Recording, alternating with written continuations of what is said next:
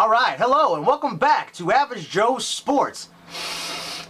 You smell that, ladies and gentlemen. Do you smell it? It's November. It's the last week of November, which means we got two things coming up that are very important. Thanksgiving, because we all love to gorge ourselves on food.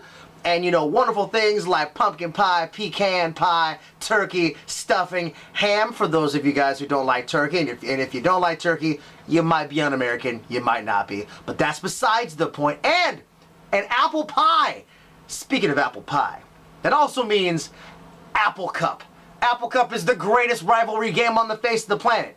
Well, at least up here in the Northwest anyway. More specifically in the state of Washington. Also, the Civil War comes up this weekend as well. I'm not going to be talking so much about that today as I will be talking about Apple Cup. Wazoo, UW, Apple Cup. It's going to be epic. One of the main reasons why I love Apple Cup mainly is because I have lots of friends who are Cougs, and people who are Cougs have friends that are Huskies, and it's a rivalry that everybody can kind of get into, and no one ever really winds up being butthurt, really, for the most part. We hang out in the parking lots, drink beer, and just have a good time, and everybody's merry, and then we go to the game, we watch it, one team wins, one team loses, no big deal. Someone's got bragging rights for the rest of the summer.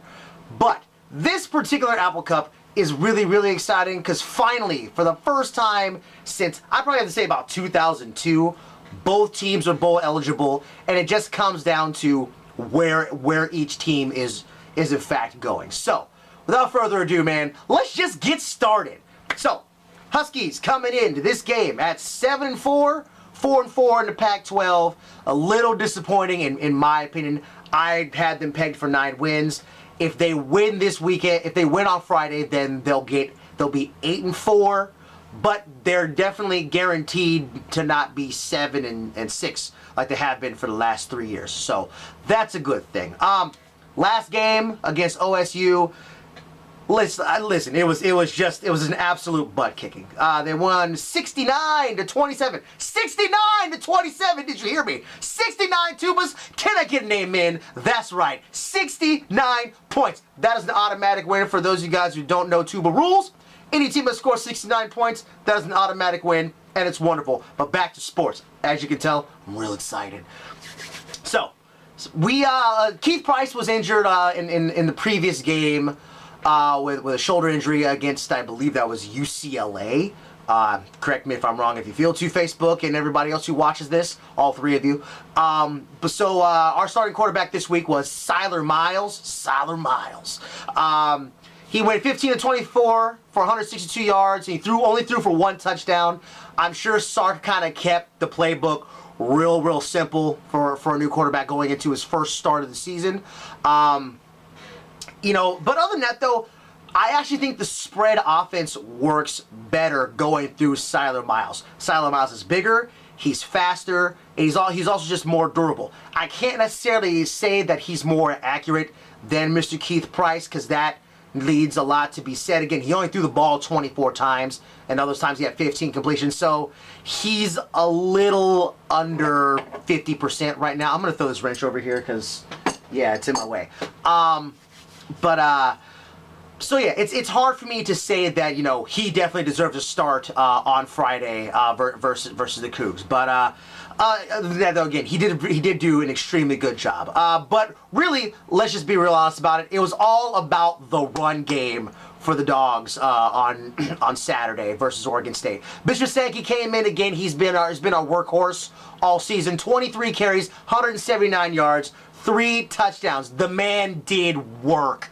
Absolute work. And he wasn't just, there were times where he was running to the outside, but for the most part, he just said, give me the ball, I'm going to run it up the gut, and I'm going to run it down their throats, and I'm going to score touchdowns. And that's what he came to do that day. So, which shows me, 1, Mr. Sankey means business. 2, he's going to go real high in the NFL draft. That's just the way it is. Cooper also had 11 carries for 166 yards and 2 touchdowns. Along with Washington, he came in with 11 carries of his own, 144 yards and a touchdown. I'm sorry, 2 touchdowns, not which one, but 2. So really, the running game was firing on all cylinders this time. But I think that had a lot to do with Siler Miles running the spread and that kind of that zone read sort of thing that was going on at the same time. So it left a lot of holes open, and also I think that the Husky offensive line actually was able to overpower the defensive line of Oregon State. From a receiving standpoint, again, not a whole lot going on, but still a lot of great production. Kevin Smith, or as I like to call him, the Black Silent Bob. It makes me giggle every time I hear his name because I scream over to my buddy, "Why is Silent Bob playing football?" But that's besides the point. That's a Clerks thing. If you don't get it, that's fine. He had 3 receptions, 73 yards, and a touchdown. Jadon Minkins came in behind him with just 5 receptions, 36 yards. Austin Seferian-Jenkins, 4 receptions, 33 yards. Again, I think it's because the playbook was being very, very simple. Keep the ball on the ground. Let's not make a whole lot of mistakes. So that's something very important to think about. And I don't know if the playbook's going to get bigger for Silent Miles if he starts or not. But I think that he can handle a little bit more. Let him wing it around. Let him throw it around. Let's see what his arm has as well on top of running that spread, fast-paced, up-tempo offense. Just saying. But I gotta give credit to the defense. Ultimately, the defense came in and just the only way I can just express it is they did work, plain and simple.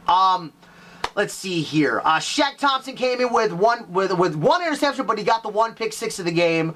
Marcus Peters came in with 2 interceptions on his own. Despite the fact that Oregon State threw for, I want to say it was a little over 400 yards of total offense, the majority of that was in garbage time. I guess in this case, the garbage time was really the second half of the third quarter going into the fourth quarter. So again, that stat is a little bit misleading just because the majority of it was garbage time. You got second stringers and third stringers in. Again, just racking up some statistics for the other team's offense. I mean that's how you do it. Also, a big thing was the fact that they kept the Dogs, for the most part, kept the penalties down to something that was reasonable. They only had 4 penalties for a total of 43 yards. In my opinion, that gives them, if I had to grade them, that gives them a B+ in my book. I mean, because again, the occasional holding, the occasional pass interference thing, that's gonna happen. And those are penalties we can take. We just can't take a bunch of 15-yard penalties. Again, I said in an earlier vlog, the Dogs can't handle having 80 yards in penalties and expect to win games in the Pac-12. That can't happen. This shows me that they're making a definite move towards being a much more disciplined team. So that's going to be super important, especially in this game as well, because rivalry games, things always tend to get a little bit crazy. So, that's just the way it is. Really, there wasn't a whole bunch else to say about the Dogs other than that. I mean, they came in, they ran up and down Oregon State, who's a very, very pass-heavy offense. And they were able to shut them down and just own it out there in Research Stadium in Corvallis. On to the Cougs. Cougs, you guys are 6-5, also playing 500 ball in the Pac-12 as well. And for the first time since 2003, you were bowl eligible with your win over Utah and a 49-37 win. Let me just say congratulations, welcome back to being bowl eligible. As a Husky fan who had to deal with 0-12, and I know my Coug faithful friends are always going to remind me of that, to which I always say, so I was there. Those things happen. Boom. But welcome back to being bowl eligible. I know that as a fan, that's super important because you want to go see your teams play in someplace warm because let's face it, it's Washington, it's November, it's winter, it's cold, it's wet, it's miserable, and nobody really wants to be here for extended periods of time. We need some sun. We got to keep that happy time. So congratulations to you guys for making it to a bowl game, whichever that may be. Depends on how this game turns out. Again, they played Utah at home at Wazoo and won 49-37. Their quarterback Halliday. Listen, I've seen this guy play, And if there's one thing that he's been able to blossom in this Mike Leach offense, he loves to wing the football, man. 39-62, 488 yards and 4 touchdowns. Are you kidding me? This kid's got a cannon for an arm and he's accurate to boot. He's shredding the defensive secondaries of just about everybody in the Pac-12. Let's just face it. I mean, the guy knows his stuff. I got to give this guy a bunch of credit because he can do this. So, this is a guy who definitely needs to be stopped. He needs to be stopped for the Huskies to that's going to be a key factor. Making him miss and making him real uncomfortable in that pocket to where all he hears is footsteps and he starts making error throws and he throws more interceptions.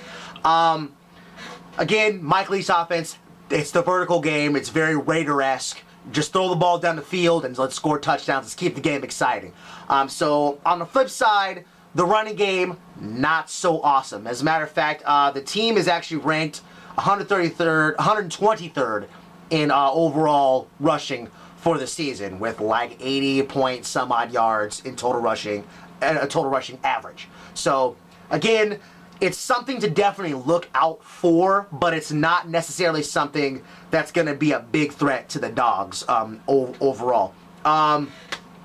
Dom Williams, I believe, is what his full name is.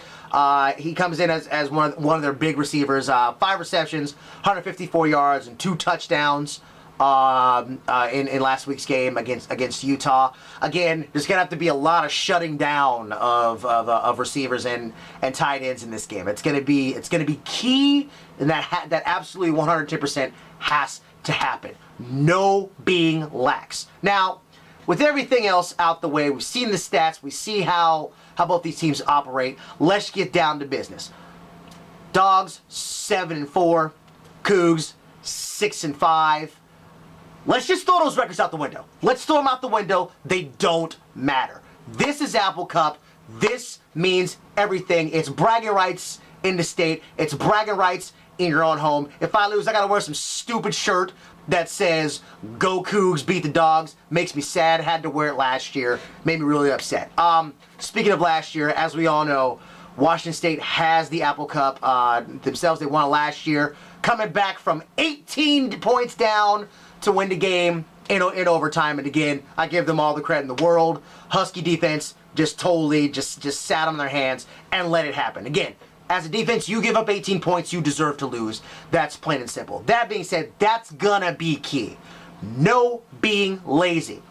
Dogs, you gotta put the foot on their necks and you gotta just keep the pressure on the entire time. You're gonna have to make this team submit because they're going to fight for 4 straight quarters. Okay, you may think you have these guys down and then all of a sudden, boom, just like that, you know what? They're coming back from 18, 19, 20 points. This team can do it. This team is a much more improved team than Wazoo from last year.